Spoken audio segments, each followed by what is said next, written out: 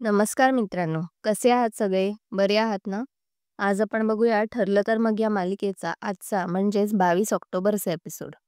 एपिसोडच्या सुरुवातीला आपल्याला दाखवतात की अर्जुन आणि सायली तयार होऊन खाली जातात आणि सगळ्यांना हॅपी दिवाळी विश करतात. अस्मिता म्हणते, ही साडी तू पूर्णाजीने दिलेली तीच घातलीयस ना? सायली म्हणते, हो, त्या कधीही येतील ना, आणि त्यांनी मला या साडीत बघितलं तर त्यांना फार आनंद होईल म्हणून नेसली.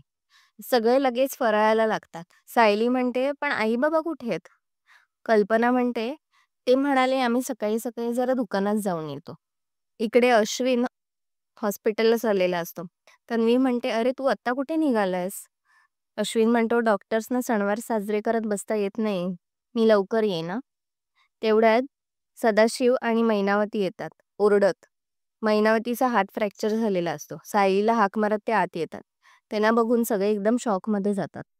सगळे मैनावतीला पाणी देतात आणि विचारतात काय झालं.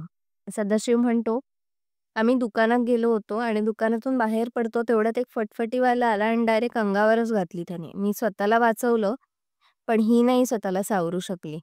मैनावती म्हणते, हाताचे तुकडे तुकडे पडले तो. सदाशिव म्हणतो, तेवढ्यात एक आम्हाला भला माणूस मिळाला जो डॉक्टरच निघाला. त्याने हिचा उपचार केला, पण आता त्याला एक मोठी रक्कम द्यावी लागणार आहे. आता जाऊन द्यावी लागेल. तन्वी मनात म्हणते, अच्छा, हा प्लॅन होता तर. पैसे उकळण्याचा प्लॅन. अर्जुन म्हणतो, बरं बाबा, ही कॅश घ्या आणि त्या माणसाला पैसे लगेच देऊन या. सदाशिव लगेच सायलीला म्हणतो, आईला जरा आत घेऊन जा, तिला आराम करू दे, मी लगेच पैसे देऊन येतो. इकडे आपल्याला दाखवतात की महिपतच्या घरी साक्षीसाठी प्रार्थना चालू असते. लोक सगळे जमलेले असतात. पण साक्षीचा नवा अवतारात कोणीच तिला ओळखत नाही. उलट सगळे विचारतात की ह्या बाई कोण? तेव्हा महिपत म्हणतो, ही साक्षीची बहीण आहे, चुलत चुलत. ती लंडनहून आली आहे, काही दिवस इथेच राहणार आहे. कोणी साक्षीचं नवं रूप ओळखूच शकलं नाही. सगळे गेल्यानंतर साक्षी म्हणते, अण्णा, आपला प्लॅन तर हा सक्सेसफुल झाला, कोणीच आपल्याला ओळखू शकलं नाही. अण्णा म्हणतो, आता कोणाच्या बापाला पण कळणार नाही की साक्षी शिकरे उर्फ समीरा शेखर आता इकडे राहते म्हणून. इकडे सदाशिव एका डॉक्टरला पैसे देत असतो. तो खूप कमी पैसे देतो. तर डॉक्टर म्हणतो, पण आपले तर जास्त पैसे ठरले होते ना. सदाशिव म्हणतो, पण तुम्ही माझ्या बायकोला काय खरं खुरं प्लॅस्टर तर केलं नाहीये ना, तिला काय खरी जखम नव्हती झाली. मग कसले पैसे मागतोय? उगाच मला कोणासमोर तोंड उघडायला लावू नको, चल निघ. हे सगळं चालू असताना तिकडे अश्विनची गाडी येते आणि अश्विन त्याचं सगळं बोलणं ऐकतो. अश्विन काही वेळाने घरी येतो आणि तन्वीला म्हणतो की सगळे जगातले फ्रॉड माणसांना आपल्याच घरात भरले आहेत. तन्वी म्हणते, काय झालं? अश्विन म्हणतो, अरे ते सायलीचे आई वडील आहेत त्यांच्याबद्दल म्हणतोय. तन्वी लगेच घाबरते. अरे नाही नाही, ते सायलीचेच आई वडील आहेत, ते काही खोटे आई वडील नाही आहेत. अश्विन म्हणतो, ते तिचे आई वडील आहेत, पण ते फ्रॉड आहेत. आज सकाळीच मी हॉस्पिटलला चाललेलो तेव्हा मी त्यांना बघितलं. आणि अश्विन सगळा घडलेला प्रकार तिला सांगतो. इकडे सायली आणि अर्जुन त्यांच्या खोलीत बसलेले असतात. अर्जुन त्याच्या ऑफिसचं काम करत असतो. सायली म्हणते, तन्वीच्या सुटकेच्या विरोधात तुम्ही अपील करणार होता, त्याचं काय झालं? ती तर खरी जेलमध्येच जायला पाहिजे तिच्या कारनाम्यांमुळे. पूर्णाई कधी येणार आहे तुम्हाला माहिती आहे का? मी कधीपासून त्यांची वाट बघते.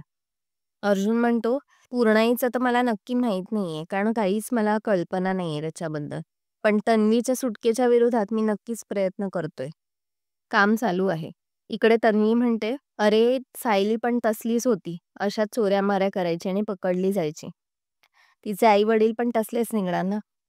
अश्विन म्हणतो, मला तर त्यांना आत्ताच एक्सपोज करावं असं वाटतंय, सगळ्यांसमोर त्यांची ओळख पटवून द्यायला. तन्वी म्हणते, तू आत्ता काहीच करू नकोस. अर्जुन लगेच कोर्ट उभा करेल, पुरावे मागेल तुझ्याकडे. अश्विन म्हणतो, म्हणजे मी गप्प बसायचं? तन्वी म्हणते, गप्प नाही बसायचं. तू फ्रेश हो, मी तुला सांगते एक्झॅक्टली आपल्याला काय करायचंय ते. जा जा पटकन. इकडे अश्विन सगळ्यांना हॉलमध्ये एकत्र जमा करतो. कल्पना म्हणते, मला माहित नाही तुझ्या बायकोने तुला काय पडवलंय, पण सणासुदीला घरात वादविवाद नकोयत. अश्विन म्हणतो, मला सुद्धा वाद नकोय, पण घरामध्ये माझी थोडी मदत व्हावी यासाठी मी प्रयत्न करतोय. अश्विन म्हणतो, अहो मी डॉक्टर आहे, सायलीच्या आईचा हात फ्रॅक्चर झालाय ना, मी आता काय वेगळी मदत करणार? त्यांना फक्त औषधं प्रिस्क्राईब करून देऊ शकतो, म्हणजे त्यांची रिकव्हरी लवकर होईल. पण त्याआधी मला त्यांचा हात चेक करावा लागेल ना. हे ऐकून दोघे पण लोखंडे जरा घाबरतात. प्रताप म्हणतो, हो, खूप चांगलं काम करतोयस. अस्मिता म्हणते, "नशीब तुझ्या लक्षात आलं तू डॉक्टर आहेस. नाहीतर घरच्यांसाठी बाहेरचा डॉक्टर बोलवायला लागला असता."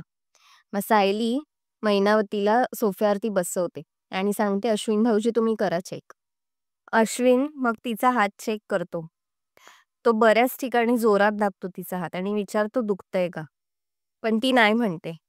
अश्विनच्या मनात येतं, फ्रॅक्चर असता तर खूप जोरात किंकाळली असते आणि एवढ्या जोरात हात दाबून सुद्धा ही ओरडत नाहीये, म्हणजेच हा फ्रॅक्चर असणं शक्यच नाहीये. तो लगेच विमलला सांगतो, "विमल ताई स्टेशनरीमधून आपली कात्री घेऊन ये ना जरा." अश्विन हळूहळू तिचं प्लॅस्टर कट करायला सुरुवात करतो आणि फायनली सगळ्यांना दाखवतो, "हे बघा, या किती ढोंगी आहेत. ह्यांचं फ्रॅक्चर काय ह्यांना खरचटलं सुद्धा नाहीये. आणि तुमच्या माहितीकरता सांगतो, की कोणत्याही पेशंटचा हात जर फ्रॅक्चर झाला असेल, तर त्यांचं पेन सहणं अशक्य असतं. एवढा त्यांना त्रास होतो. मी तर तुमचा हात पूर्णपणे फिरवला, तरीसुद्धा तुम्हाला काहीच त्रास नाही झाला. अजिबात दुखलं सुद्धा नाही. कारण एवढ्या कळा मारतात, जर खरंच फ्रॅक्चर असतं तर." हे सगळं ऐकून बाकी सगळे एकदम आश्चर्यचकित होतात. मित्रांनो, आजचा भाग इथेच संपला. पुढील भागात आपल्याला दाखवतात, की तन्वी सायलीच्या आई-वडिलांना हात धरून घराबाहेर काढते. म्हणते, "जशी मुलगी तसेच आई-वडील, एवढे ढोंगी, पैशासाठी हावरट." तेवढ्यात तिकडे पूर्णाईचा प्रवेश होतो. ती दोघांनाही धरून हात हातात घेऊन येते आणि तन्वीला म्हणते, "हे सुभेदारांचं घर आहे. ह्या घरामध्ये मोठ्यांचे पाय धरले जातात. बाहेर फेकलं नाही जात त्यांना. आणि पुन्हा जर अशी वागलीस, तर ह्या 2 सुना मिळून आम्ही तुला घराबाहेर काढू." आणि तन्वीच्या एक कानाखाली लावून देते. मित्रांनो, आजचा भाग तुम्हाला कसा वाटला हे कॉमेंट्समध्ये नक्की कळवा. आपण भेटूया पुढच्या भागात. तोपर्यंत बघत राहा ठरलं तर मग. आणि व्हिडिओला लाईक, शेअर आणि सबस्क्राईब करायला विसरू नका. बाय.